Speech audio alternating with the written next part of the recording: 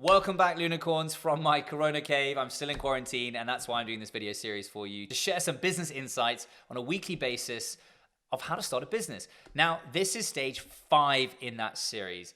This stage is all about finding a co-founder because, as the famous saying says, if you want to go slow, go alone. If you want to go fast, go with a team. Go together. Don't go alone is what it means. So that's what this is all about. I want you to understand that it's very difficult to do things alone. And the reason for that is whether you know everything or not, it's always nice to have someone else to lean on in terms of helping to do the work, lift the load, not have all that pressure on your shoulders. But also, it's good to have a different viewpoint, a different insight, a different mind. 2 minds are better than 1, as they say. And that's why it's very important to find a co-founder. Whether you've come up with the idea in the early days or you're the one being approached, one thing to understand that's very important when looking for a business partner, co-founder, however you want to describe it, is to understand that you should have complementary skill sets. And what I mean by that is, if you're a technical person, you might not be the greatest at business. So it would be great to find someone who has a complementary skill set, who has a business skill set, right?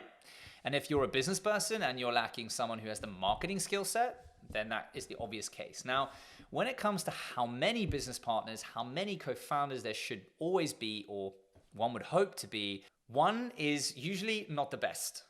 2, great. 3, great. 4, starting to get not so good. Now, the reason for that is how you split the equity, how you split the pie. I've got a lecture, we'll put a link to that above, about how to split the pie, how to split equity with your co-founders. But I'll just say for now that if you're going to be more than 4 or 5 founders splitting the equity, the shares in the company equally, the smaller the stake for everyone.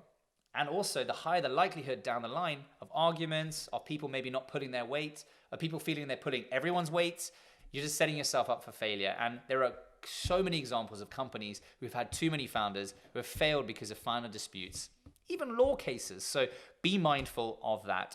2 to 3 founders is the sweet spot. There's one thing that I always like to say when I get approached by people who are looking for co-founders is know the unknowns. What I mean by that is know your strengths and be honest with yourself, know your weaknesses. I, for example, when looking for co-founders, know that I'm a good salesperson, I'm good on stage, I like to be on camera, I love that, I'm passionate about that. I have good ideas, but to be completely honest with you, I'm not always the best person when it comes to getting those ideas to reality. So what I need around me is someone who is an executioner, an executionist. It's a term that's definitely not overused in the industry. So for me, I need someone who's willing to take my ideas and the ideas that we collectively come up with and taking them into the market, and that is happy to sit behind the sidelines and is willing to get these ideas because they know that the value they're bringing is that these ideas might not ever actually come to reality unless someone is sitting there driving them. They're the driving force behind that. And I give them their space and they give me my space. But also, it's very important to know the unknowns and know the weaknesses of each other. So that's why it's so important to date your co-founder. Now, I joke, I don't literally mean date. That's also something I should mention, that if you're going to raise money, investors don't often like investing in couple teams because what if you break up, right? That's the age-old example. And also even married couples as well. There are good examples. Married is better than being just dating because obviously you have a contract agreement, but that can get so much messier because if you're going to get divorced, say someone cheated on someone, horrible scenario, don't wish that on anyone. How do you split that in the divorce? You know, who stays on? What if it's the CEO? So bear in mind, be careful about who you're setting up a company with. But how do you find these people, right? How do you find these people? In the dream case, the idea comes to a group of friends, 2, 3 people. A good example is the Innocent Smoothie Company. It was 3 good friends who, whilst at university, always said to each other they would love to start a business together. They finished university and went into their respective jobs. And it was only in a year or 3 later that they were still saying to each other, let's start a business together. They were 26 years old at the time and they still hadn't done it. They thought to themselves, it's now or never. They all decided to create a company together. Now, they were the perfect co-founder team because they all knew each other for many years, which meant that they'd probably had fights or not. They developed a relationship together. They knew their strengths and weaknesses of each other. That's a great trait. They knew the known unknowns.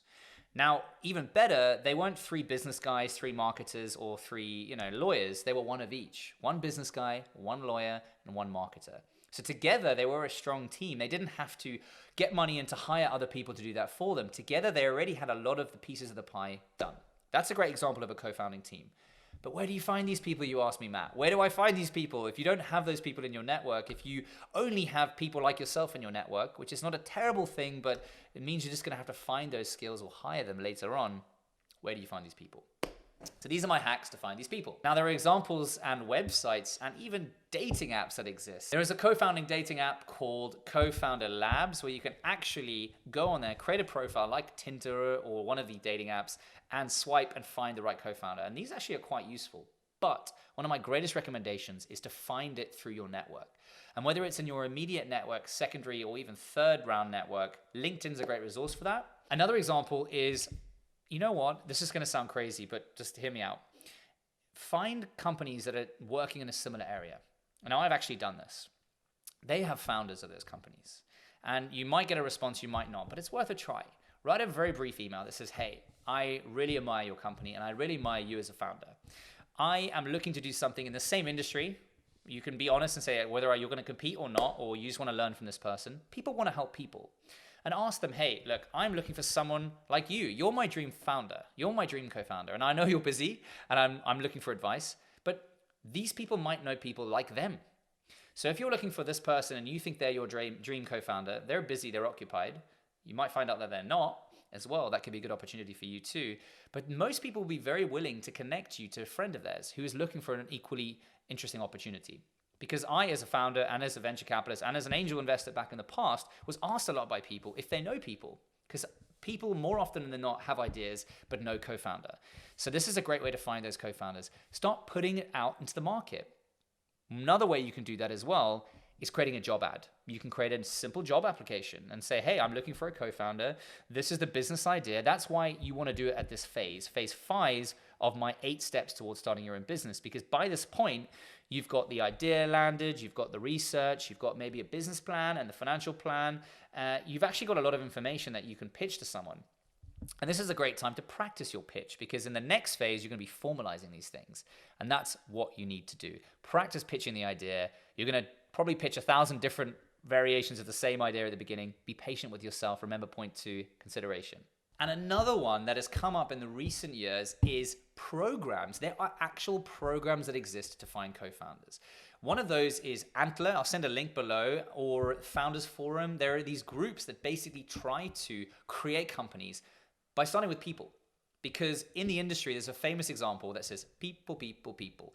Investors invest in people. There's a famous example, and you've probably seen the quote, an A team with a B team idea will always beat a B team with an A team idea. What I mean by that is a team that is perfectly complemented, that is got great synergies, will typically do better than a team that doesn't, regardless of the idea. Because the team that has the great complements will be able to pivot. They'll look through their strengths and the business weaknesses and realize that they maybe need to change the business model, or to change the industry, or to change the product. Whereas a B team might just think, nope, idea's perfect, push, push, push, push, push. And they might not listen to the customer. They might not listen to the market. They might not be able to move as swiftly. So investors are always looking for the A team, the team. So that's why it's very important to find the right co-founder. Take your time. Do not rush into this. That's why you need to look at programs like Antler as well, if you can get in, at Founders Forum. Ask people, use the time, because if you find the right team, you might get to an end goal. It might take you longer to find the right team, but quicker to get the business goal versus rushing into it, getting the wrong team, the right idea, but it all falls apart and you ended up resenting the whole process. Hey, you might go back and get a real job. We don't want you to do that. We want you to start your own business. Another point that I want to make is think local. You can recruit internationally and find co-founders. It's becoming increasingly popular to have remote teams, remote work, etc. But when it comes to a co-founder, you kind of want to be having late nights together. You kind of want to be having beers together. You want to become good friends, and you can't do that if you're going to be Skyping in all the time. You need to have a bit of a physical connection, not attraction, but connection. So make sure that when you're recruiting for your co-founder, try to find someone that is local. A last good example of how to find a co-founder is at events, because at events you find like-minded people who are looking to learn more about an industry, learn more about innovations in an industry, and you name it. Whether you're participating in the event, people can often come up to you afterwards and say, hey, I liked your talk, I like your stand, tell me more about your business. Oh, I've been thinking about something. And whether they're a potential co-founder or not, they could be a potential employee in the future. So this is all good diligent work to do in the early phases when you're trying to find the right team, long-term, short-term, whatever it might be. Lastly, when you find this person, don't rush into bed with them. Like I like to say, date them like a Scandinavian. In Scandinavia, relationships are famously long in the early phases. You meet someone, you start to like them, you date them for 6 to 9 months before you put a label on it. And that's the same way you do it with a co-founder. You date them for as many months as possible until you find that common ground, you know that they're the right fit for you. You do things together. Don't just do business things together, do social things together, because you need to like this person. If you enjoyed this video, hit the subscribe button and you'll never miss a business weekly insight from the Lunicorn and myself. That's it from this video about how to find the right co-founder and future team. I'll see you in the next video.